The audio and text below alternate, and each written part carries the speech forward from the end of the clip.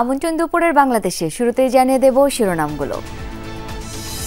মোহাম্মদ আবু সাদিক কায়েম, সহসভাপতি, প্রাপ্ত ভোট 14,000।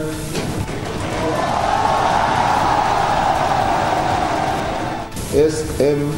ফরহাদ, প্রাপ্ত ভোট 10,700।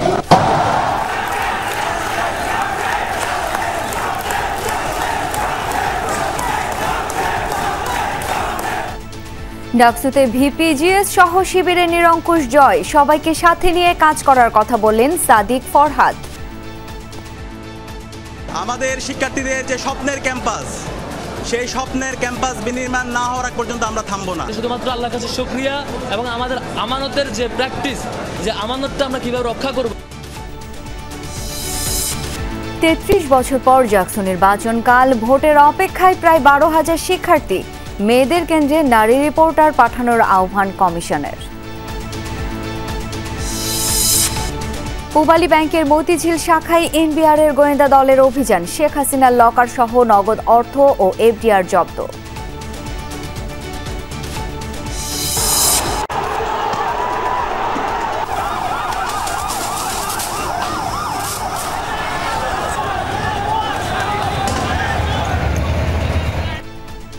নেপালে আজও বিক্ষোভ, লুটপাট, অগ্নিসংযোগ, কারাগার ভেঙে পালিয়েছে কয়েকশো বন্দী। অন্তর্বর্তী সরকার গঠনের চেষ্টায় সেনাবাহিনী। চীন ভারতের হাতছাড়া অর্ডার আসছে বাংলাদেশে। বিদেশি ব্র্যান্ডের সাথে নতুন করে দর কষাকষি করছেন উদ্যোক্তারা।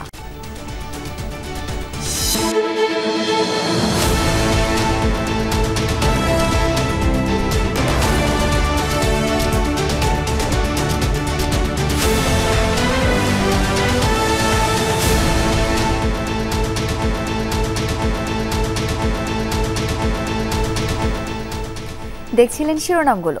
এছাড়াও দেশ বিদেশের আরও খবর নিয়ে দুপুরের বাংলাদেশে আপনাদের সাথে থাকছি আমি শাওন দত্ত। ডাকসুতে জয় বা পরাজয় কিছু নেই, এখানে জুলাই প্রজন্ম। ঢাকা বিশ্ববিদ্যালয়ের শিক্ষার্থীরা বিজয়ী হয়েছে। আনুষ্ঠানিক ফল ঘোষণার পর প্রতিক্রিয়ায় এমনটাই জানালেন ডাকসুর নবনির্বাচিত সহসভাপতি সাদিক কায়েম। বলেন, ডাকসুর ভিপি হিসেবে নয়, নিজেকে একজন ভাই হিসেবে পরিচয় দিতে চান তিনি। এ সময় নবনির্বাচিত জিএস এস.এম. ফরহাদ বলেন, ডাকসু নির্বাচনের এই বিজয় ঢাবি শিক্ষার্থীদের। কোনো বিজয় মিছিল করবে না ছাত্র শিবির, বরং এটা আমানত বলে উল্লেখ করেন তিনি। জানান, স্বপ্নের ক্যাম্পাস বিনির্মাণ হওয়ার আগ পর্যন্ত লড়াই চালিয়ে যাবে ছাত্র শিবির। এছাড়াও বিশ্ববিদ্যালয়ের সকল শিক্ষার্থীদেরকে পাশে থাকার আহ্বান জানান তারা। জয় অথবা পরাজয়ের কিছু নেই। ডাকসু নির্বাচনের মাধ্যমে জুলাইয়ের প্রজন্ম বিজয়ী হয়েছে। ডাকসু নির্বাচনের মাধ্যমে ঢাকা বিশ্ববিদ্যালয়ের শিক্ষার্থীরা বিজয়ী হয়েছে এবং ডাকসু নির্বাচনের মাধ্যমে জুলাইয়ের আকাঙ্ক্ষা বিজয় হয়েছে, শহীদদের আকাঙ্ক্ষা বিজয় হয়েছে। আমাদের শিক্ষার্থীদের যে স্বপ্নের ক্যাম্পাস, সেই স্বপ্নের ক্যাম্পাস বিনির্মাণ না হওয়ার আগ পর্যন্ত আমরা থামবো না। আমাদের এই বিজয়ের মধ্য দিয়ে আমরা কোনো বিজয় মিছিল কিংবা আনুষ্ঠানিক কোনো বিজয় র্যালির মধ্য দিয়ে আমরা প্রকাশ করতে চাচ্ছি না। এটা শুধুমাত্র আল্লাহর কাছে শুকরিয়া এবং আমাদের আমানতের যে প্র্যাকটিস, যে আমানতটা আমরা কীভাবে রক্ষা করব এবং শিক্ষার্থীদের যে দায়বদ্ধতা, শিক্ষার্থীদের যে দায়িত্ব পালন, সেটি কীভাবে করবো, সেটি আমাদের কর্মের মধ্য দিয়ে, বহিঃপ্রকাশ ঘটানোর মধ্য দিয়ে সেটি আমাদের মূলত আমরা করতে চাই। ডাকসু নির্বাচনে নিরঙ্কুশ জয় পেল ছাত্র শিবিরের প্যানেল। ভিপি সাদিক কায়েম, জিএস এস.এম. ফরহাদ ও এজিএস পদে নির্বাচিত হয়েছেন মহিউদ্দিন খান। নিকটতম প্রতিদ্বন্দ্বী ছাত্রদলের প্রার্থীর তুলনায় দ্বিগুণের চেয়ে বেশি ভোট পেয়েছেন তারা। বুধবার সকাল 8:30টায় ফলাফল ঘোষণা করে নির্বাচন কমিশন। ডাকসুর ইতিহাসে এই প্রথমবার শিবির সমর্থিত প্যানেল জয়লাভ করল। মঙ্গলবার সকাল 8:30টা ভোট গণনা শুরু হওয়ার 16 ঘন্টারও বেশি সময় পর শুরু হয় ডাকসুর আনুষ্ঠানিক ফল ঘোষণা। মোহাম্মদ আবিদুল ইসলাম খান, সহসভাপতি, প্রাপ্ত ভোট 5,708। মোহাম্মদ আবু সাদিক কায়েম, সহসভাপতি, প্রাপ্ত ভোট 14,000। ঢাকা বিশ্ববিদ্যালয়ের সিনেট ভবনে সব প্রার্থীর ফল ঘোষণা করে নির্বাচন কমিশন। এতে দেখা যায় সাহিত্য, সমাজসেবা, গবেষণা সম্পাদক ছাড়া শিবিরের পুরো প্যানেল জয়ী হয়েছে। ভিপি পদে সাদিক কায়েম ভোট পেয়েছেন 14,042টি, আর ছাত্রদলের আবিদুল ইসলাম খান ভোট পেয়েছেন 5,708টি। এছাড়া স্বতন্ত্র প্রার্থী শামীম হোসেন 3,883, উমামা ফাতেমা 3,389 এবং বৈষম্য বিরোধী শিক্ষার্থী সংসদের প্রার্থী আব্দুল কাদেরের ভোট 1,103। বাংলাদেশ যখন যেখানে ঐতিহাসিকভাবে আটকা পড়ে, সেখানে ঢাকা বিশ্ববিদ্যালয়ের প্রিয় ছাত্রছাত্রীরা বাংলাদেশকে উদ্ধার করে। তারাই সেই সুযোগটা আবার আমাদের জন্য এই সুযোগটা আবার এনে দিয়েছে। জিএস পদেও জয়ী হয়েছে শিবিরের SM ফরহাদ, ভোট পেয়েছেন 10,794টি, আর ছাত্রদলের শেখ তানভীর বাড়ি হামিম 5,283, প্রতিরোধ পর্ষদ প্যানেলের মেঘমল্লার বসু পেয়েছেন 4,949 ভোট। এছাড়া বৈষম্য বিরোধী শিক্ষার্থী সংসদের প্রার্থী আবুল বাকের মজুমদার পেয়েছেন 2,131 ভোট। এজিএস পদে ছাত্র শিবিরের মহিউদ্দিন খান পেয়েছেন 11,772 ভোট। তার নিকটতম প্রতিদ্বন্দ্বী ছাত্রদলের তানভীর আল হাদি মায়েদ পেয়েছেন 5,064 ভোট। ডাকসু ভোটকে মডেল দাবি করে প্রধান নির্বাচন কমিশনার বলেন, অন্যান্য বিশ্ববিদ্যালয় ডাকসু ভোটকে ফলো করতে পারে। আমাদের ছাত্রছাত্রীদের নিরাপত্তার জন্য কোনো বিশেষ ব্যবস্থা দরকার হবে না, এবং সেটা ছাত্রছাত্রীরা প্রমাণ করেছে, এবং তারা এই দেশের জন্য প্রথমবারের মতো একটা মডেল সেট করে দিয়েছে। একটা গণতান্ত্রিক পদ্ধতি, আসলে যে একটা সঠিক পদ্ধতি তার নেতৃত্ব নির্বাচনের, সেটা তারা প্রমাণ করে দিয়েছে। আমি ছাত্রছাত্রীদেরকে অসংখ্য ধন্যবাদ জানাই। এদিকে মঙ্গলবার সকাল 8টা থেকে বিকেল 4টা পর্যন্ত চলে ডাকসুর ভোট। এরপর শুরু হয় গণনা। কেন্দ্রের বাইরে অপেক্ষায় থাকেন হাজারো শিক্ষার্থী ও প্রার্থীরা। গণনা চলে কয়েক ঘন্টা। এর মধ্যে নানা গুজব গুঞ্জনে বাড়ে উত্তেজনা। পরে ছাত্রদলের সমর্থিত ভিপি প্রার্থী আবিদুল ইসলাম খান কারচুপির অভিযোগ তুলে ফেসবুক পোস্টের মাধ্যমে ফলাফল প্রত্যাখ্যান করেন। ডাকসু বর্জনের ঘোষণা দিয়েছেন স্বতন্ত্র শিক্ষার্থী ঐক্য প্যানেলের ভিপি প্রার্থী উমামা ফাতেমাও। ডাকসুর 38তম এই নির্বাচনে ভোটার ছিল 39,874 জন। কেন্দ্রীয় সংসদের 28টি এবং হল সংসদের 13টি মিলিয়ে 41 পদে ভোট নেওয়া হয় 8 কেন্দ্রে। হাসান মিসবা, যমুনা নিউজ, ঢাকা। দর্শক, এই মুহূর্তে ঢাকা বিশ্ববিদ্যালয় ক্যাম্পাসে রয়েছেন সহকর্মী তানজিম শাফিন, যুক্ত হচ্ছে তার সঙ্গে। শাফিন, এই ফলাফলের প্রতিক্রিয়ায় নিকটতম প্রতিদ্বন্দ্বী প্যানেলের প্রার্থীরা কি বলছেন? আজকে কি তাদের কোনো কর্মসূচি রয়েছে? শাওন, গত রাত 2টা থেকে অনানুষ্ঠানিকভাবে বিভিন্ন কেন্দ্রের ফলাফল আসতে শুরু করে, এবং এই ফলাফল জড়ো করে সকাল 8:30টায় আনুষ্ঠানিকভাবে ফলাফল জানানো হয়েছে, যেখানে কেন্দ্রীয় সংসদের 28টি পদের মধ্যে 25টি পদে নিরঙ্কুশ বিজয় লাভ করেছে ছাত্র শিবির সমর্থিত ঐক্যবদ্ধ শিক্ষার্থী জোট। এবং এর আনুষ্ঠানিক ফলাফলের পরপরই আমরা দেখেছি যে ছাত্র শিবিরের বিজয়ী প্রার্থীরা ভিপি, জিএস, এজিএস সহ যারা বিজয়ী প্রার্থীরা ছিলেন তারাই বেশিরভাগ ক্ষেত্রে ঢাকা বিশ্ববিদ্যালয় সিনেট ভবনে উপস্থিত ছিলেন, এবং সেখানে ছাত্র শিবিরের কেন্দ্রীয় সভাপতি তিনিও এসেছিলেন। তারা সেখান থেকে ফল ঘোষণার পরপর গণমাধ্যমের সাথে কথা বলেছেন। তারা সেখানে যেটি জানিয়েছেন যে আজকে আনুষ্ঠানিকভাবে কোনো ধরনের বিজয় মিছিল বা উল্লাস তারা করবেন না। তারা বলছেন যে দোয়া মাহফিলের মধ্য দিয়ে সারা দেশে তারা এই বিজয়কে উদযাপন করতে চান। এদিকে আপনি জিজ্ঞেস করছিলেন যে যারা নিকটতম প্রতিদ্বন্দ্বীরা রয়েছেন তারা আজকে কোনো ধরনের প্রতিক্রিয়া দেখিয়েছেন কিনা। এখনো পর্যন্ত আসলে যেহেতু একটা লম্বা সময় ধরে নির্বাচনী প্রচার প্রচারণা থেকে শুরু করে আমরা দেখেছি যে গতকাল যেই সারাদিন ব্যাপী ব্যস্ততা ছিল এবং সারা রাত ব্যাপী একটি উৎকণ্ঠার মধ্য দিয়ে কিন্তু ঢাকা বিশ্ববিদ্যালয়ের শিক্ষার্থীরা, এবং সবচেয়ে বেশি পরিমাণে উৎকণ্ঠার মধ্যে ছিলেন নিশ্চিতভাবে প্রার্থীরা, তারা সেই সময়টি পার করেছেন। তো আজকে সকাল থেকেই আমরা দেখেছি ক্যাম্পাস এলাকা কিছুটা হলেও নীরব। এখনো পর্যন্ত সেভাবে প্রতিক্রিয়া নিকটতম প্রার্থীরা জানাননি, তবে সামাজিক যোগাযোগ মাধ্যমে আমরা বেশ কিছু প্রতিক্রিয়া দেখেছি। সেখানে ভিপি পদে ছাত্রদলের সমর্থিত প্রার্থী আবিদুল ইসলাম তিনি জানিয়েছেন তিনি আসলে এই ফলাফলকে প্রত্যাখ্যান করছেন।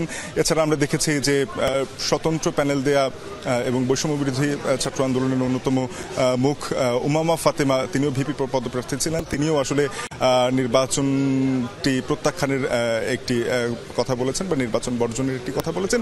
এছাড়া অন্যান্য প্রার্থীদের তরফ থেকে সেরকম কোনো প্রতিক্রিয়া পাইনি আমরা এখনো পর্যন্ত, তবে সেটি নিশ্চয়ই গণমাধ্যমে কিছুক্ষণের মধ্যে আসতে শুরু করবে।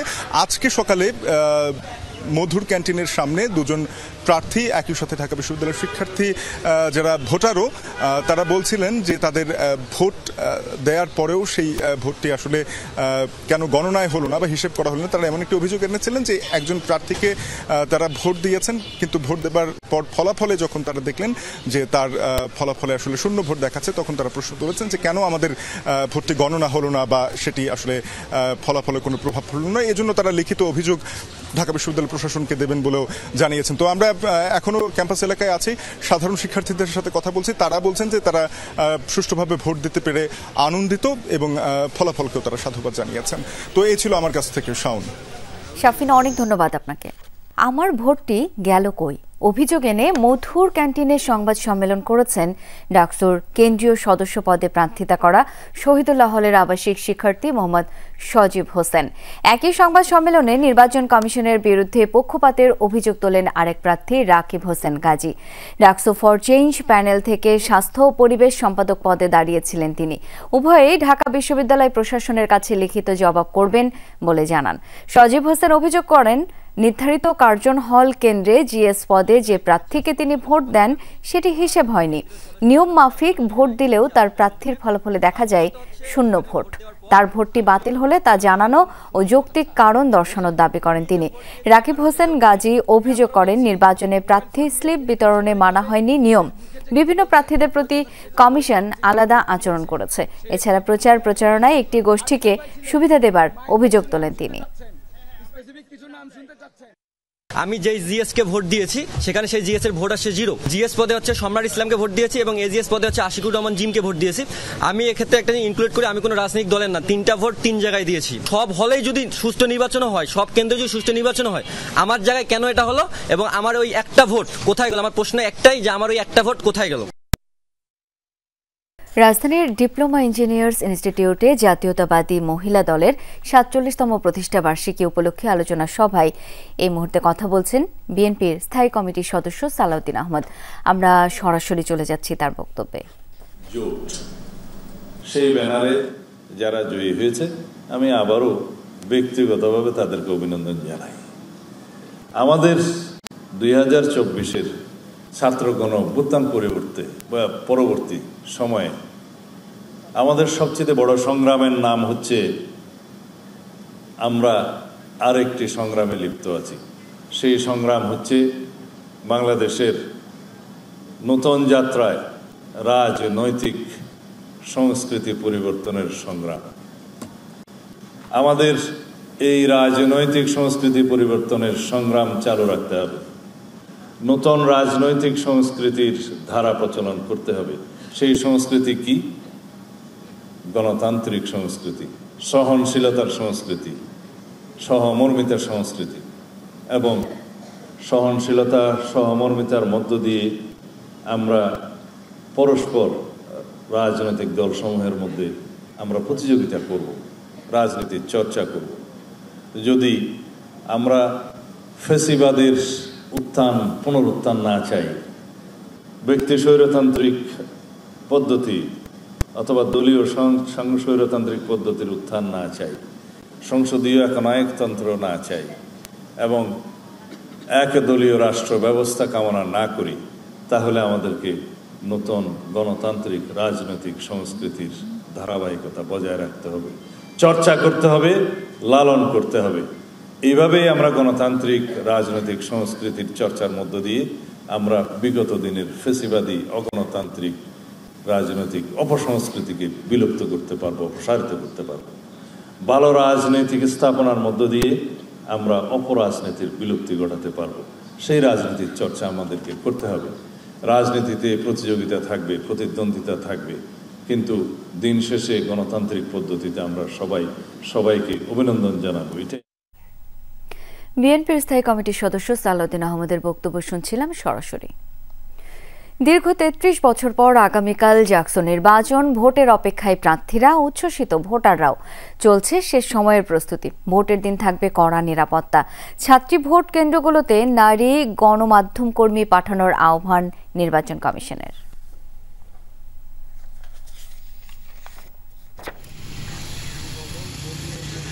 জাকসু নির্বাচনে প্রচারণা শেষে এখন ভোটের অপেক্ষা।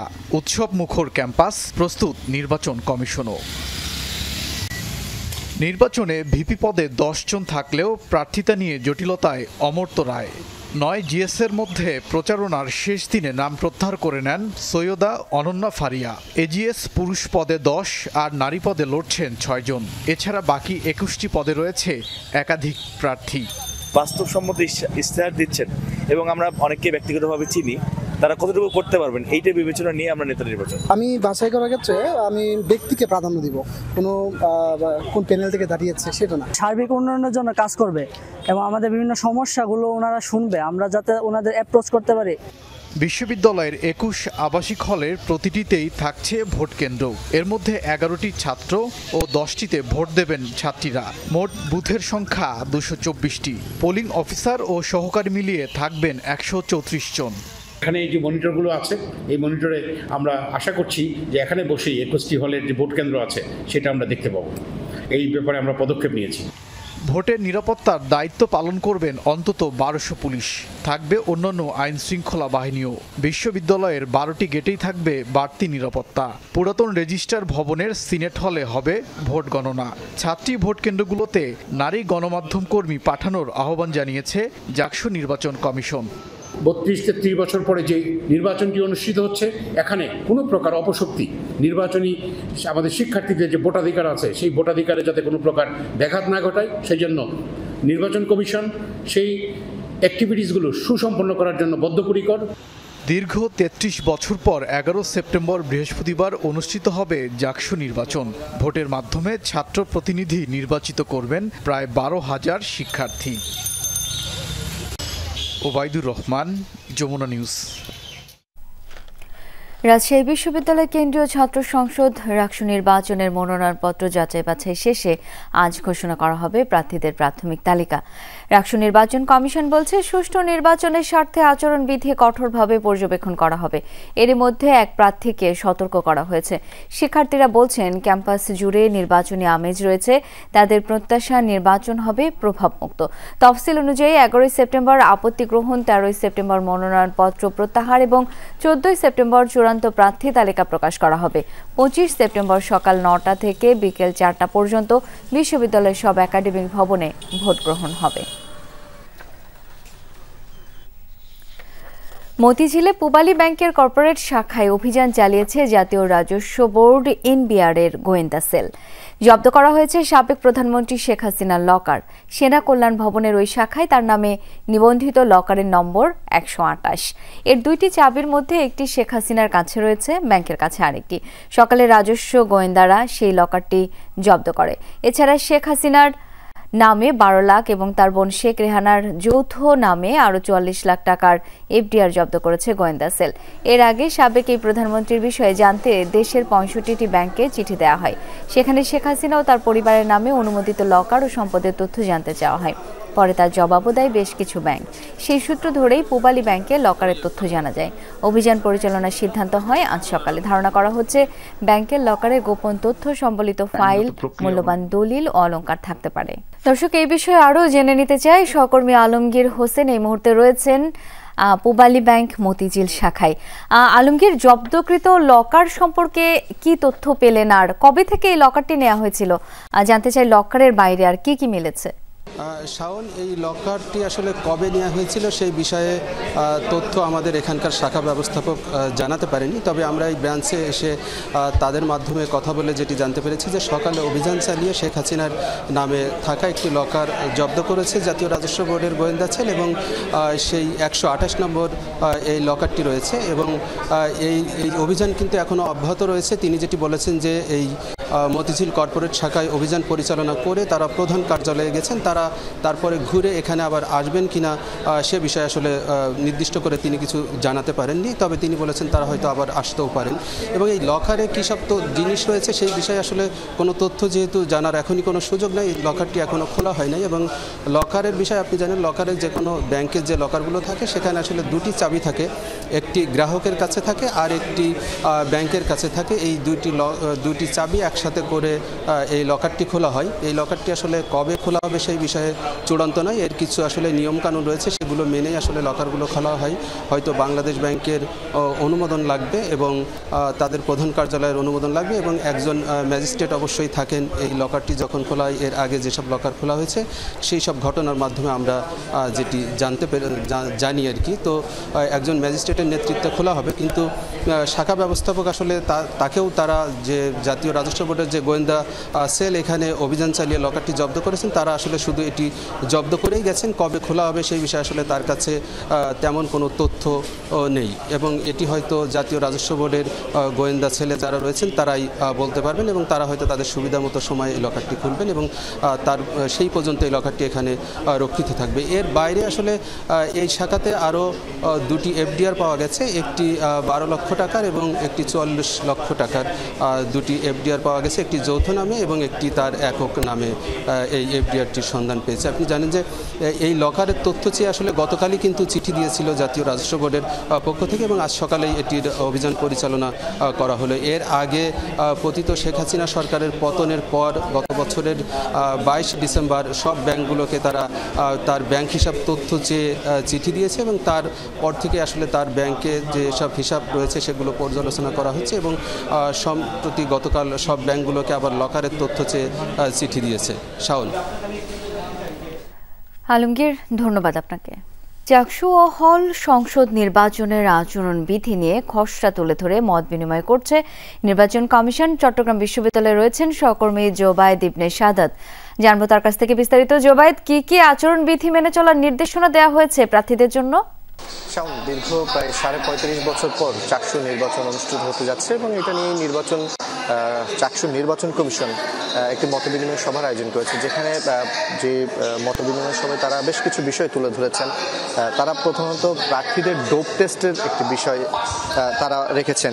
ডোপ টেস্ট যাতে প্রার্থীদের জন্য বাধ্যতামূলক করা হয় সেটা তারা বলেছে এবং ডোপ টেস্টের রেজাল্ট পজিটিভ আসলে প্রার্থীতা হওয়ার পাশাপাশি নির্বাচনী যে সকল প্রচারণা যদি তারা সেখানে তাদের যে নির্বাচন প্রচারণা করবেন, পাশাপাশি মনোনয়নপত্র জমা দেওয়া বা প্রত্যাহার করা, এই সকল ক্ষেত্রে কোনো রকম যানবাহন নিয়ে শোডাউন বা সমাবেশের মতো কোনো কিছু তারা করা যাবে না, এমনটা তারা বলেছেন। আর এছাড়াও তারা বলছেন যেহেতু নির্বাচনে তারা ঢাকা বিশ্ববিদ্যালয়ের নির্বাচন মানে ডাকসু নির্বাচনটা দেখে এসেছেন, সেই পর্যবেক্ষক টিমের একটি পর্যবেক্ষণ ছিল যেটা হচ্ছে আলাদা আলাদা প্রার্থীদের জন্য মানে ভিপি, জিএস, এজিএস এই প্রার্থীদের জন্য আলাদা আলাদা ব্যালট করা হবে এবং সেখানেই যারা ভোট দিবেন তাদের আলাদা আলাদা করে প্রত্যেকের জন্য ব্যালটে সেখানে পূর্ণ করা হবে, এমন কিছু বিষয় তারা বলেছেন যেটা তারা পর্যবেক্ষণও দেখে এসেছেন। এবং এই অনলাইন এবং সামাজিক যোগাযোগ মাধ্যমে প্রচারের বিষয়ে কিছু নির্দেশনা নীতিমালা দেওয়া হয়েছে, যে একটা এই ক্ষেত্রে আমরা দেখতে পেয়েছি যে নির্বাচনের যানবাহন ব্যবহারের ক্ষেত্রে কিছু সীমাবদ্ধতা রাখা হয়েছে। এর পাশাপাশি আমরা উস্কানিমূলক কোনো বক্তব্য বা বিবৃতি প্রদান বা উশৃঙ্খল আচরণ করা এমন কিছু যাতে না করা হয় সেই বিষয়ে কিছু নির্দেশনা রাখা হয়েছে। কি পরিমাণ এই ক্ষেত্রে পোস্টার, লিফলেট বা হ্যান্ডবিল, দেয়ালে লিখন কি পরিমাণে ব্যবহার করা যাবে সেটার ক্ষেত্রে কিছু নির্দেশনা দেওয়া হয়েছে। এবং আরেকটা বিষয় যে ছেলেদের হলে মেয়েরা বা মেয়েদের হলে ছেলে নির্বাচনী প্রচারণার ক্ষেত্রে যাওয়ার সময় কিছু বাধ্যবাধকতা রাখা হয়েছে। সরাসরি প্রবেশ করতে পারবেন না, শুধুমাত্র কোনো সভা হলে সেটা নির্বাচন কমিশনের বা প্রধান নির্বাচন কমিশনের অনুমতি সাপেক্ষে সেখানে প্রবেশ করা যাবে, এমন একটা নির্দেশনাও তারা দিয়েছেন। এবং তারা এটাও বলছেন যে এই যে ঢাকা বিশ্ববিদ্যালয় বা ডাকসু নির্বাচন এর পরে বেশ কিছু পর্যবেক্ষণ তাদের কাছে উপলক্ষিত হয়েছে এবং সেগুলোর ভিত্তিতেই চাকসু নির্বাচন যাতে একেবারে সুন্দর এবং সফল একটি নির্বাচন করা যায় সেই চেষ্টাই তারা করছেন। জোবাইদা, অনেক ধন্যবাদ আপনাকে। বাগেরহাটে 4টি সংসদীয় আসন বহালের দাবিতে আজ থেকে জেলায় 48 ঘন্টার হরতাল পালন করছে সর্বদলীয় সম্মিলিত কমিটি। বন্ধ রয়েছে দূরপাল্লা অভ্যন্তরীণ রুটের বাস চলাচল। সকাল থেকে খুলনা, ঢাকা, খুলনা বরিশাল সহ বিভিন্ন মহাসড়ক ও সড়ক অবরোধ করে বিক্ষোভ করছেন হরতাল সমর্থকরা। এতে বাগেরহাট হয়ে অন্তত 21 জেলার যান চলাচল বন্ধ রয়েছে। চরম ভোগান্তি পোহাতে হচ্ছে সাধারণ মানুষকে। বিকল্প উপায়ে গন্তব্যে পৌঁছতে গুনতে হচ্ছে বাড়তি খরচ। সকাল থেকে শহরের বেশিরভাগ দোকানপাট বন্ধ দেখা গেছে। সড়কে ইজি বাইক সহ হালকা যানবাহন চলাচল করলেও সংখ্যায় কম। আন্দোলনকারীরা বলছেন, নির্বাচন কমিশন বাগেরহাটের একটি সংসদীয় আসন কমিয়ে জনগণের আশা আকাঙ্ক্ষা উপেক্ষা করেছে। জেলার জনসংখ্যা, মোংলা বন্দর, ইপিজেড ও শিল্পাঞ্চল সহ বিভিন্ন গুরুত্ব বিবেচনায় 4টি আসন বহাল রাখার দাবি জানান তারা।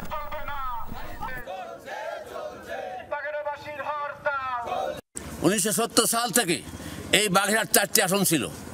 এই সেই সিদ্ধান্তকে বাতিল করে 3টি আসন করেছে। আমরা এটা মানি না, বাগেরহাটবাসী মানে না। 4টি আসন থেকে কমিয়ে 3টি আসনের গেজেট প্রকাশ করায় বাগেরহাটবাসী ক্ষুব্ধ। তাদের এই সিদ্ধান্ত বেআইনি, অযৌক্তিক, নাগরিক অধিকার ক্ষুণ্ণের শামিল। ফরিদপুরের ভাঙ্গায় সংসদীয় আসন পুনর্বিন্যাসের প্রতিবাদে টানা দ্বিতীয় দিনের মতো মহাসড়ক অবরোধ করে বিক্ষোভ করছেন স্থানীয়রা।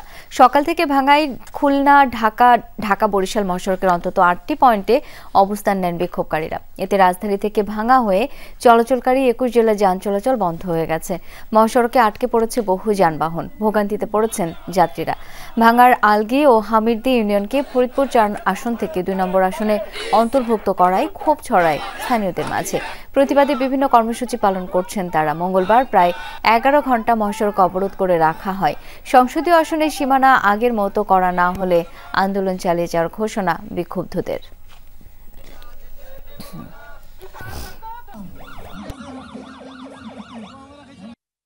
সাথে রোগী বললাম যে ভাই আমাকে গাড়িটা একটু ছাড়েন, কয় না ছাড়া যাবে। এইটা সমাধান না পর্যন্ত আমরা রাজপথ থাকবো। ডিসি মহোদয় যদি আমাদের এই আন্দোলনের দাবি না মেনে নেয়, আমরা আজ থেকে রাজপথে ইসির পদত্যাগের দাবিতে অনির্দিষ্টকালের জন্য আন্দোলন চালিয়ে যাব ইনশাআল্লাহ। দর্শক, ঘটনাস্থলে রয়েছেন সহকর্মী তরিকুল ইসলাম হিমেল। যাব তার কাছে। হিমেল, বিক্ষোভকারীরা কি বলছেন? মহাসড়কে যান চলাচল স্বাভাবিক করতে প্রশাসনের কোনো ধরনের উদ্যোগ কি দেখতে পাচ্ছেন?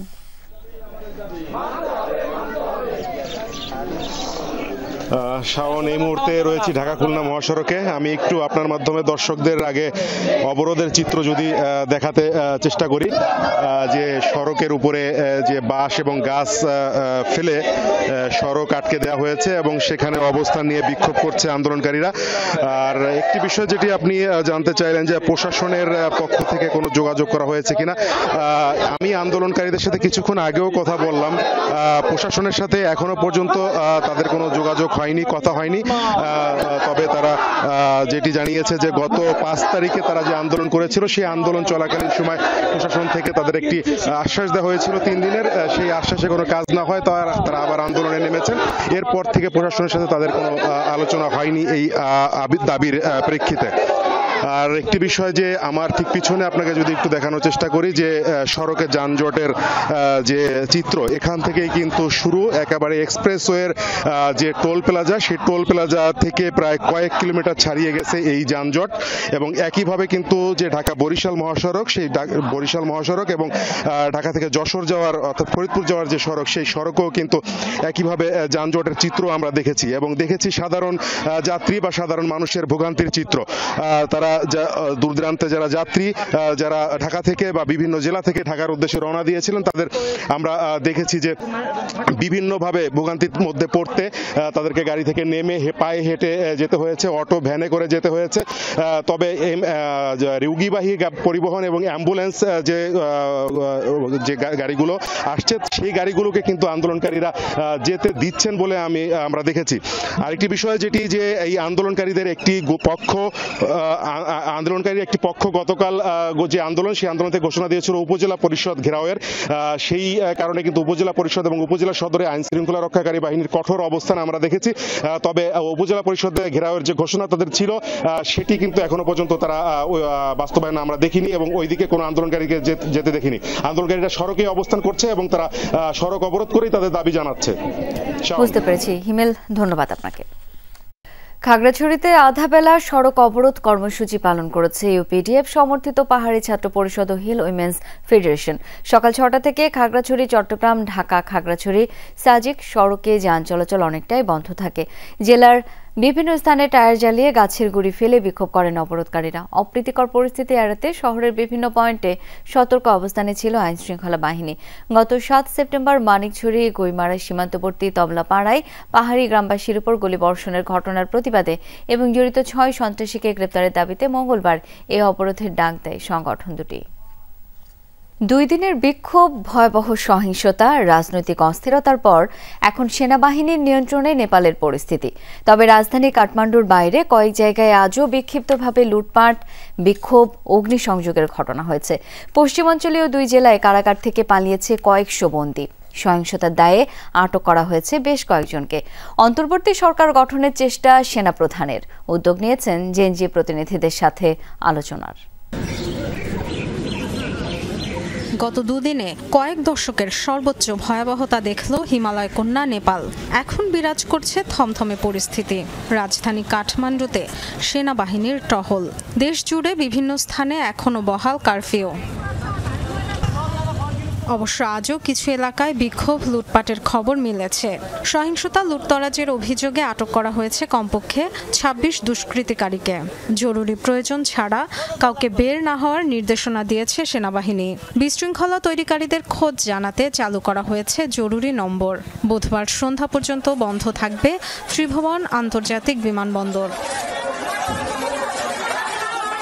এর আগে 2 জেলায় কারাগার ভেঙে পালিয়েছে কয়েকশো বন্দী।